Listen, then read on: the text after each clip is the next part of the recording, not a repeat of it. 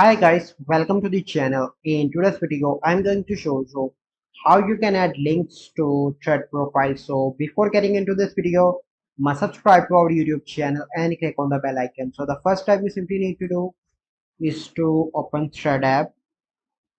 So once you open, you simply need to click on profile in the right bottom. Then you simply need to click on edit profile here. And here you can see link, and here you can see plus add link. Click on that. And here you can add link, and if you want you can import link from Instagram as well. So I'm going to add an example link, so www.facebook.com. okay, and then you simply need to click on this tick mark on the top right and click on done again. It will take few seconds, and now you can see that a link is added.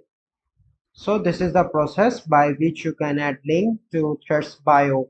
So I hope you find this video helpful. If you find this video helpful, must like this video, subscribe to our YouTube channel for future videos. We'll see you in the next video. Thank you. Have a good day.